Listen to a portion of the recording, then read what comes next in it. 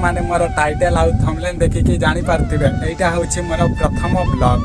तो फ्रेंड्स मो विषय रे मु इंट्रोडक्शन दउछि। मु पुरुषोत्तम मु रहउछि मयूरभंज जिल्ला रे गोटे छटिया ग्राम फलगरी। आउ मो एजुकेशन कहले ग्रेजुएशन रो फाइनल ईयर रे जियोलॉजी ऑनर्स। मु बहुत दिन रु चेष्टा करथिले यूट्यूब रे वीडियो अपलोड करबा पई।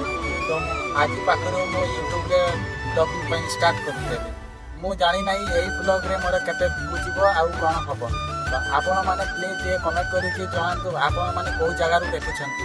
तो आपण माने को कमेंट देखले मते भी ठीक खुशी लागिवो। जदि आपण माने मते निजो सानो भाई भाभी सब्सक्राइब करि देबे तो मते बहुत खुशी लागिवो।